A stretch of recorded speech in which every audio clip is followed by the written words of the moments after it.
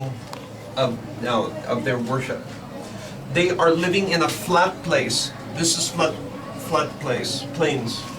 Mountains are here, and mountains are up there.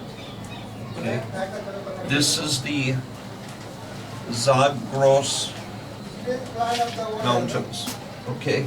Sir, is there was there first religion of the But world? today, this is Iran, this is Iraq, this is Turkey. Today, okay. But at that and this area gets a name, Ashur. Okay, Ashur, and this is the area in here. There is this city, Nineveh, is the main city of Ashur, like Kathmandu, Nepal. Okay, capital city is Nineveh. Then there are several cities between these rivers. Okay.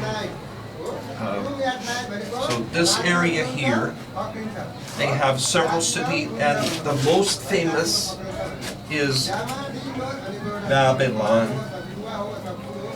Okay.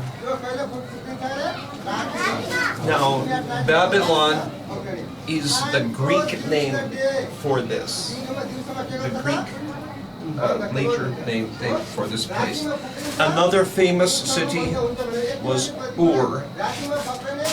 Ur, just U-R, Ur. These are famous cities of this area. There was another city along here called Mari, different cities in this place. And so this first there was the Ashur is their name, and this we call in English Assyria. Okay. This Ashur, same as Assyria. Okay. Not same as Syria today. Today there is a country called Syria, but that is over here. On your TV, you're saying Syria war. That is another place. So that is Syria, which is over here. Okay, this is Assyria.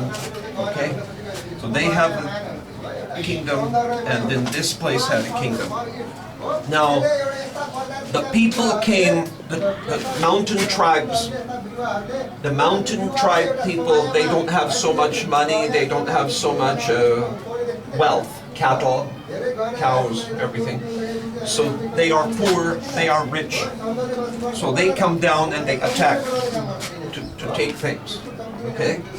So you have a war. And these people attack, and from the desert, there is desert tribe, desert here, okay?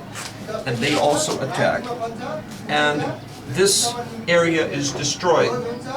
This city Ur is defeated by these people coming, okay? So, when this city was destroyed, about this same time, there is a famous man who was a rich herdsman. He had many camel, cows, goats, but many hundreds, thousands. Okay, and his city was gone, so he traveled this way.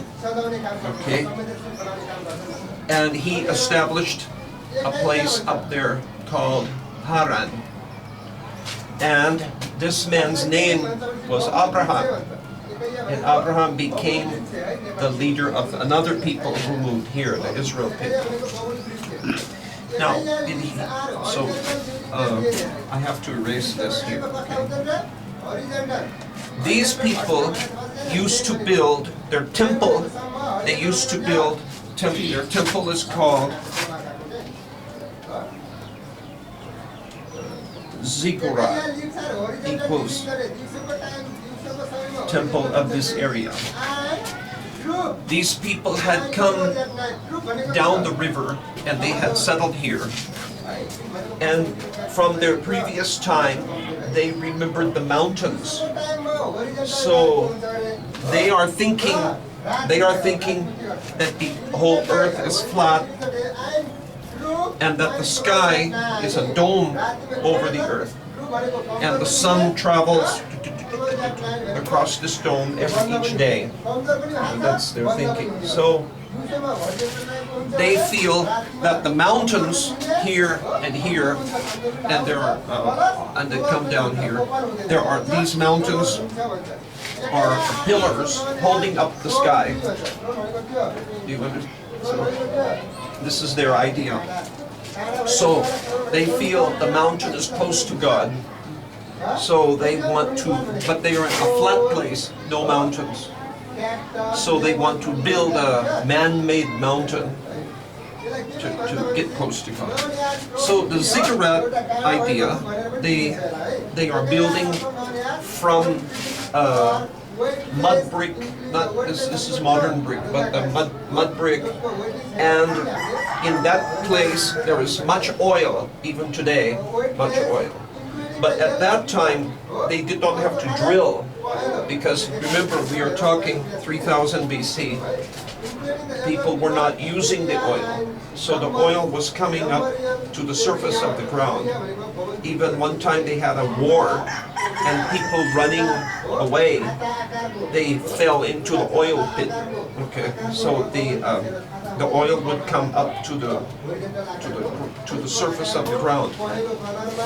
So they build their house, they build their temple using mud brick, but instead of cement, cement was not invented yet. Cement was invented by the Romans, much later. Okay, but they use oil between the mud brick to hold it together, and so they would build one platform, then another platform, and like this, okay? Then they would put their temple, their temple on the top, okay? Then they had a stairway. No, this is not ladder, but stairs, okay? Going up to the top from this. So this is the style of temple at this place.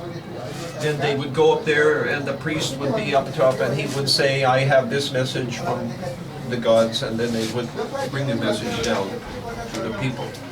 So this was their style.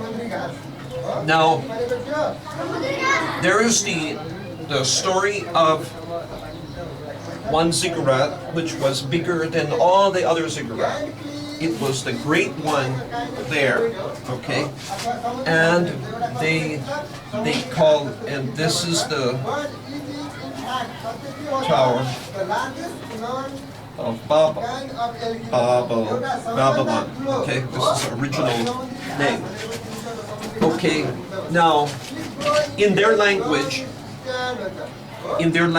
El means God, and Bab means gate.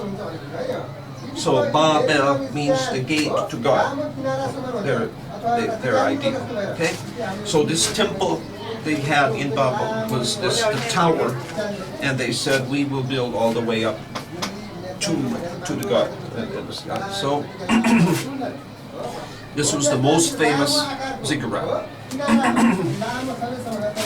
Later, this man I told you who went up here and made a settlement here, that's about 2000 BC. Abraham going there. Now, about these kingdoms become weaker, and these kingdoms become to grow. They begin to grow stronger. This side becomes stronger than that, and then they are ruling them, but then they grow stronger and they conquer them. So, around about 1800, 1700 BC, famous king is here, who Hammurabi, according to, it's not English name, so how to make that sound. Like in Nepal, you have name Vishnu, and in India, Vishnu. It's the same, okay? Beam, Veem. So how to, the pronunciation changes slightly. Hammurabi, Hammurabi, B. Okay, this is almost it's the same person. He made a famous law code. Okay, very famous. And from that time until now, many of our laws still come from that originally. Now, he was the first guy to say, eye for an eye, tooth for a tooth, life for a life. So, if we have Jagara, okay, and I hit boom, okay, and if I injure her eye, okay, then the policeman, he's a big guy, policeman, okay, you will come and you will arrest me, okay, and you will take me off to the judge, okay, and then we will come to the judge, and he will say, according to Hammurabi's law, he will say, she lost her eyesight, now she cannot see from one eye because of you, your fault. So therefore, the policeman will take your eye out, okay? So, Tit for tat. yeah. Based on tit for tat. Yeah. Eye for eye, tooth for tooth. If I go and she loses her tooth, then he will say your fault. So that they will take my tooth out. Okay. And if I take her life, if she dies, okay, then the judge says, now you die because you took her life. So Hammurabi was the law code, said eye for eye, tooth for tooth, life for life. Okay? And now, actually, this law, in one way, was to lessen, to reduce the punishment. Because, okay, let's say these two are fighting with each other, okay? And she says, I hit you, okay? And she says, oh yeah, I hit you back, okay? He says, I hit you 2 times. So I hit you 5 times, okay? It's getting bigger, okay? Then finally, I hit you in the face, and then I hit your arm off. And so the battle is becoming. The punishment is growing. Then if her family is fighting her family, then somebody from this family kills somebody from this family. So then they say, you killed our family member, we will kill 2 of yours. See? So the law says, no, not getting bigger. 1 eye means 1 eye, 1 life means 1 life. That's it. Khatam ho gaya. Okay? Equal punishment, but not accelerating, not getting larger. So this is Hammurabi's law code. Now, there is another person from this place whom I forgot to mention, but he is about 2,300, something like that BC, is a man named Gilgamesh.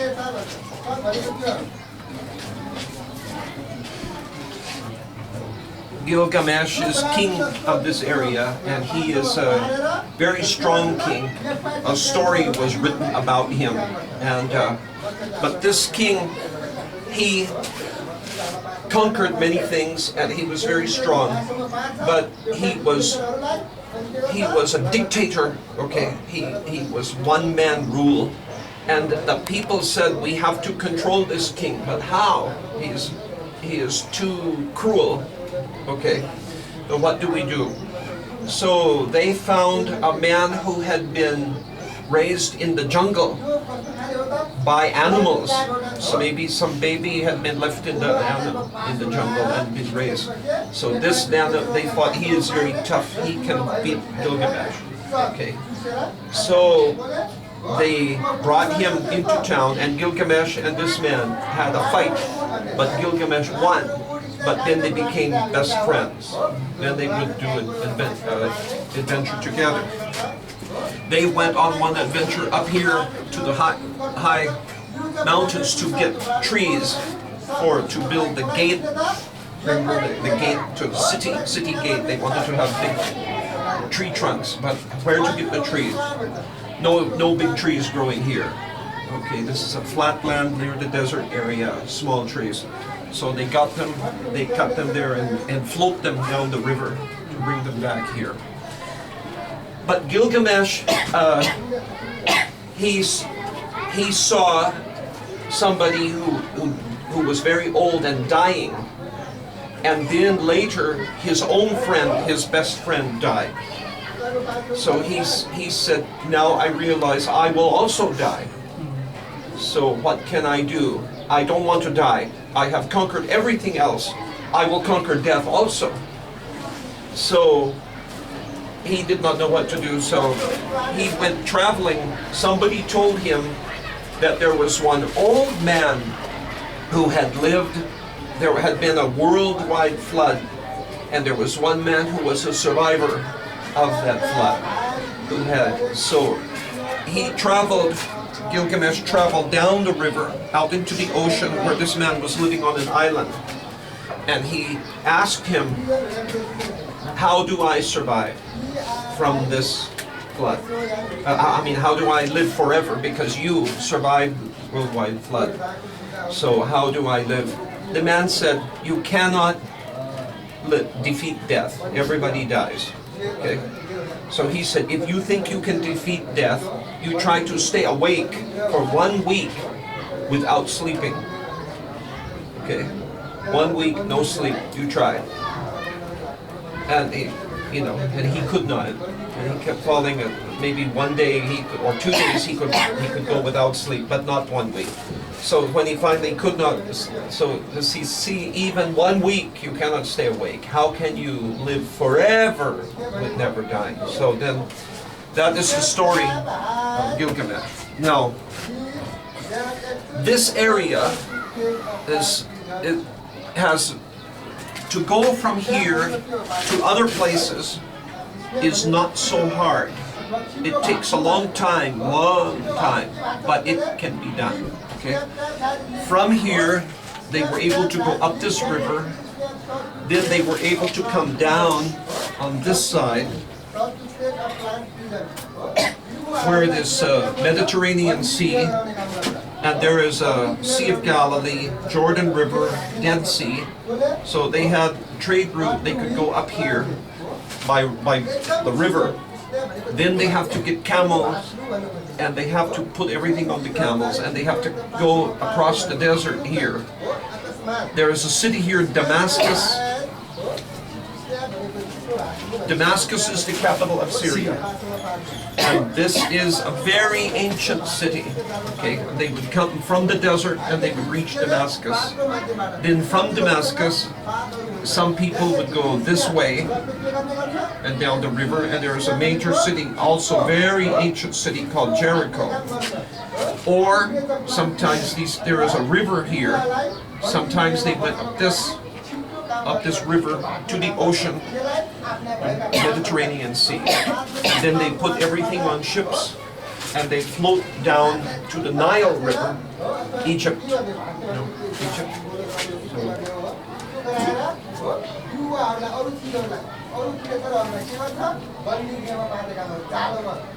So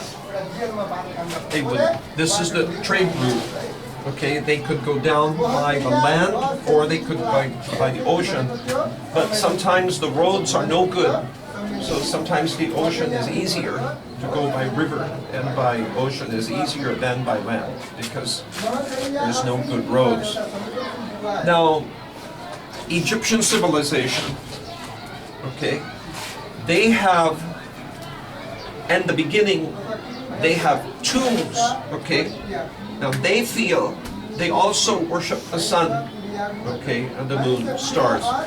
But they have an idea that the king, see, one thing that changes Egypt, okay. In Egypt, here is the ocean and here is the Nile River. Nile. Now, on each side of the Nile River, every year this river floods. Okay? And it overflows the bank and it deposits the soil on the banks. So this soil is very excellent.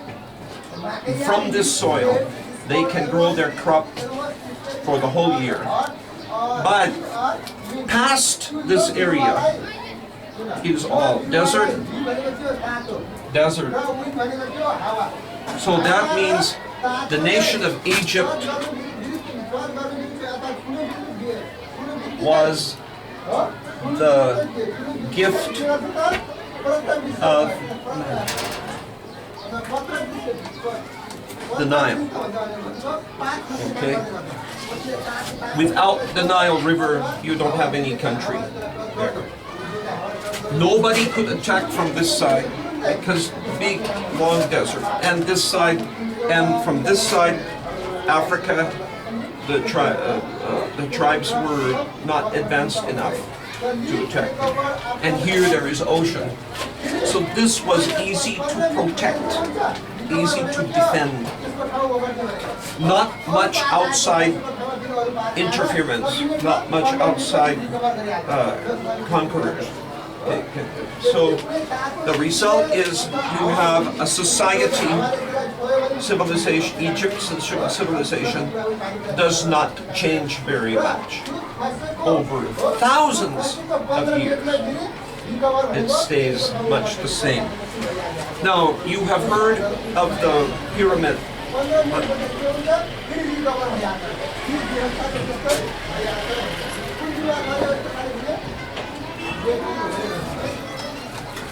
Pyramid, okay, is, the first pyramid they call step pyramid. Step pyramid, but this is not a temple, but the style is like ziggurat, okay, ziggurat of Babylon. The style is this. It is made of this, like the steps, okay. But then later, but this in Egypt is a tomb. So the king dies, and they believe the king is a god. Okay, the king represents Egypt. So the life of Egypt is in the life of the king. So when the king dies, they have to bury him in a way where his body will be preserved. Okay? Because if his body is not preserved and it is lost, then Egypt also is lost, they were thinking. So they try to protect the king's body very much. So when the king dies, they, in the pyramid, first of all, so the king is dead, okay? He's, Karapogia finished, okay? So since, now we want to preserve the body, okay? So the brain, okay, in your body, everything which is moist, wet, is going to decay quickly. So they want to make it dry, okay? So they take a hook, okay, and they put up the nose, inside the nose, and they pull the brain out, okay, because otherwise it will rot, okay, after the death. Then all of this guts, okay, the stomach, intestine, all of this part, organs, they remove. And they pack inside this resin material which will not decay. They put inside the body, okay? Then, of course, after she dies, she will need all this. So they have some jars, some pot jars, okay? And they put the heart here, one jar. They put the different organs inside the different jars, and they put the cap and they put inside the pyramid. And then the eyes, everything which is wet, everything which is moist, they try to put separate from the body to preserve the body. Then if she's a great Rani, great queen, okay, and she wants to preserve her, so in her, they feel in her next life, she needs to have a ox cart, okay, so they put the cart there. Then she needs to have servants, so they kill some of the servants and they put them in the tomb also. And so this is, in pyramid is a tomb. It is not a temple. It is a temple only because the life of the king is the life of the country, the life of the nation. So they feel they have to preserve and save that, so that they, for reincarnation. Now, later, they were thinking and they found a way to make like this. They put outside cover on it, but inside it was still like this, but the outside they made like that, smooth. Today, if you go there, most of the outside cover is gone. Some is still there, but mostly you will see the stone steps, okay? Now, the big pyramid, the great pyramid, the Bara pyramid, okay, is built around 2500 BC, about that time, okay? And so, this is this king later, they don't have, they made very difficult to get inside the pyramid. But the grave robbers are very smart. The thieves, they want to take everything because gold is there, everything, so they want to steal it. So they find a way and they plunder the tomb. Not long after this king, 200 years later, by 200 years after the pyramid has been made, it is already plundered. Okay, so the king said, "This is not working. It is not. The body is not preserved for the next life. Somebody has broken in." So after that, they stopped making pyramids, and they started making tombs hidden inside the mountain to protect, so the thieves do not know where it is. But this also, many times, the thieves would find. Usually, they would find it. There was one Egyptian king who's... Now these Egyptians had so many gods that they worshiped, okay? And they had a whole... After the king dies, they say that the king's heart has to be weighed in a scale,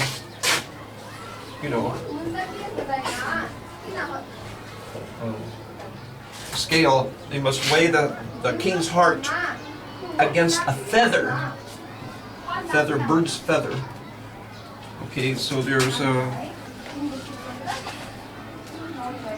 feather here on the king's heart there, and they have to weigh.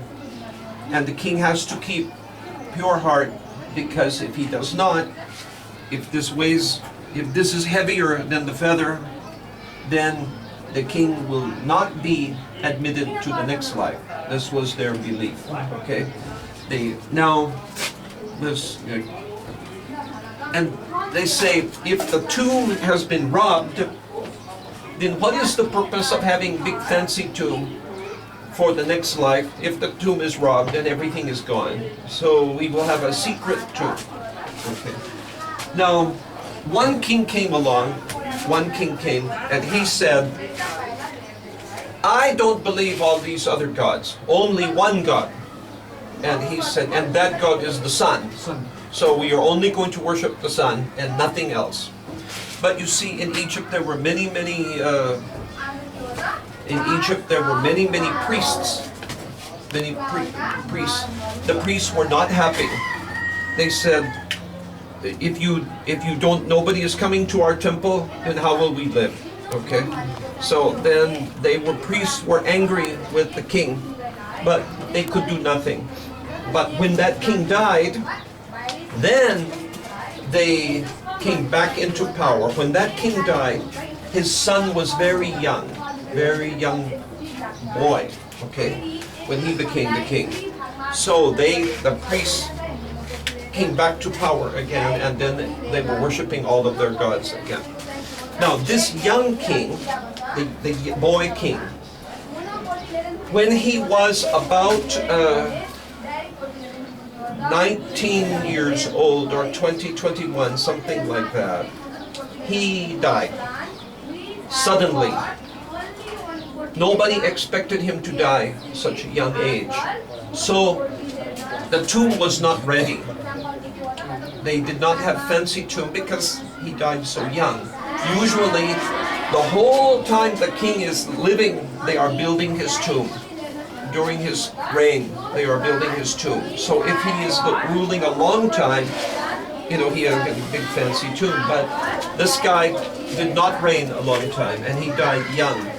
And because his tomb was not so fancy, not so big, not so great like the others, therefore, it was not found, it was not plundered, it was remaining secret right up until the 20th century.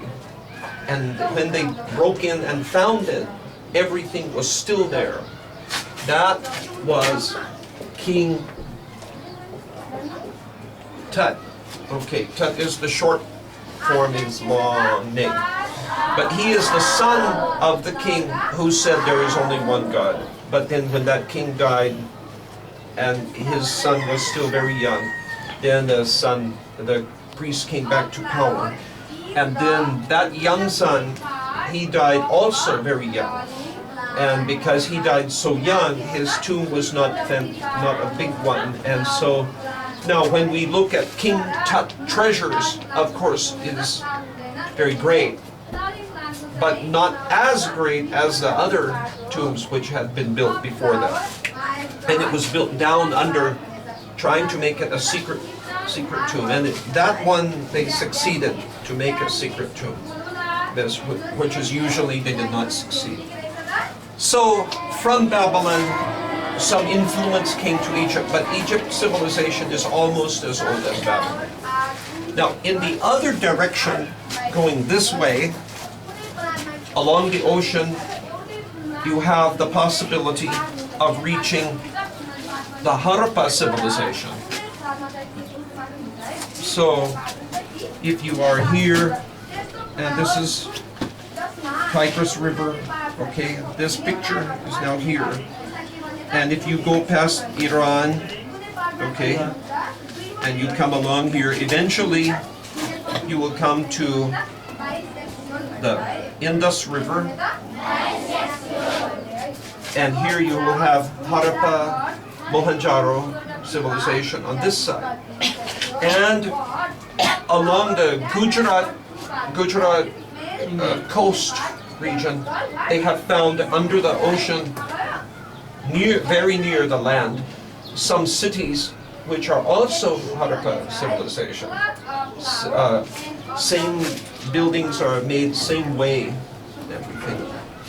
So this civilization also is early, but the first one is this one, and then it spreads, okay, east and west, east and west. So now I am not going to talk about this one so much because you are, in your book you already have this, right? Yeah.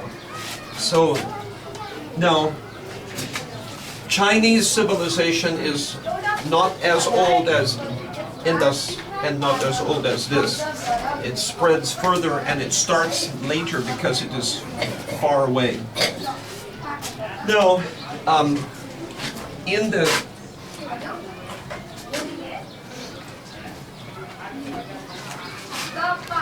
okay, here Egypt down here,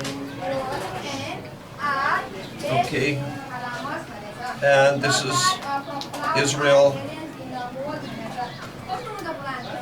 and Damascus, Syria. Okay. These are Jordan. Now, these are today's names. Okay, not this is the modern names. And you have Crete. No, not sorry. Cyprus, Turkey. Okay. And then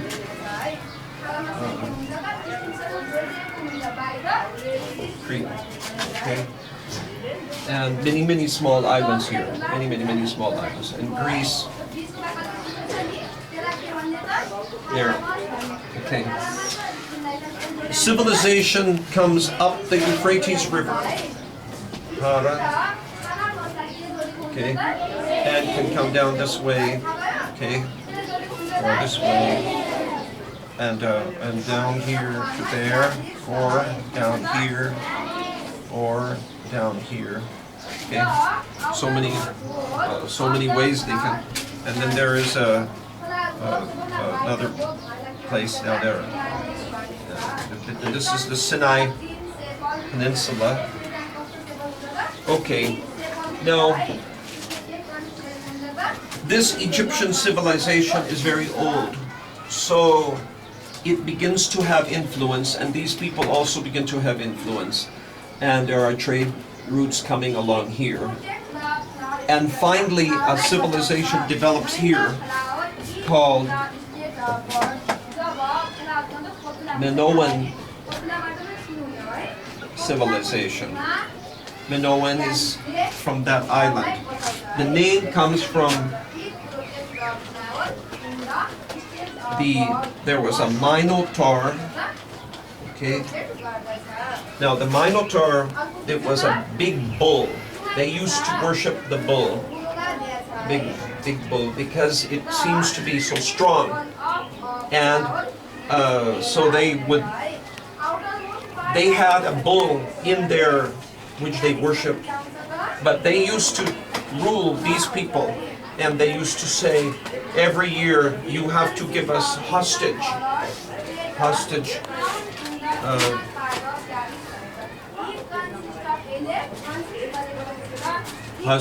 okay? Now, a lot of time is going by, centuries going by. The bull dies, okay? But these people tell them that we have a creature which is the Minotaur, which is half bull, half man, and you have to give hostage prisoner every year to stay under our control. Okay. Then every year they take these people here. These palaces, they're palace. They don't have any wall on the outside. They don't need any wall because they have a navy. All of their ships are going everywhere, you know, and they are very strong, so they protect this place. And so one young man came here, and he volunteered to be the prisoner, okay, and he went there and he killed this Minotaur, okay, so to say that Greece will be free from Crete, okay, so we will be free, we will not be under your control. But Minoan civilization, there was another island up here, and this island has, one name is Terra, another name is Santorini.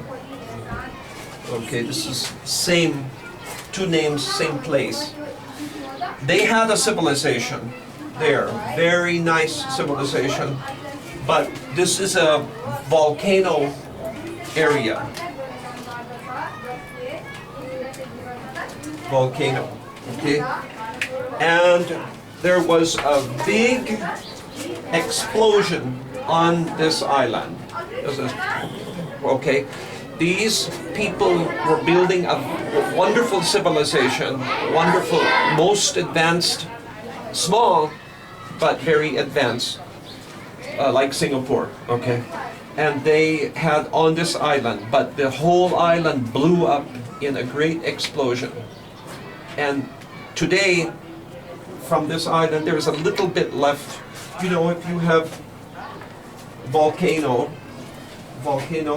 and it bursts out, then part of the land may remain, and this is all destroyed. A little bit is left, okay, from the, and some houses maybe still on the land there. But to this, a whole civilization was destroyed, and when that explosion, volcano went up, it made a tsunami, okay, which the waves hit this civilization. The waves went all direction, of course, but they hit this place, and the huge waves hit their civilization and destroyed so much that they became very weak. Suddenly they were weak. And then these people said, aha, this is our chance, okay?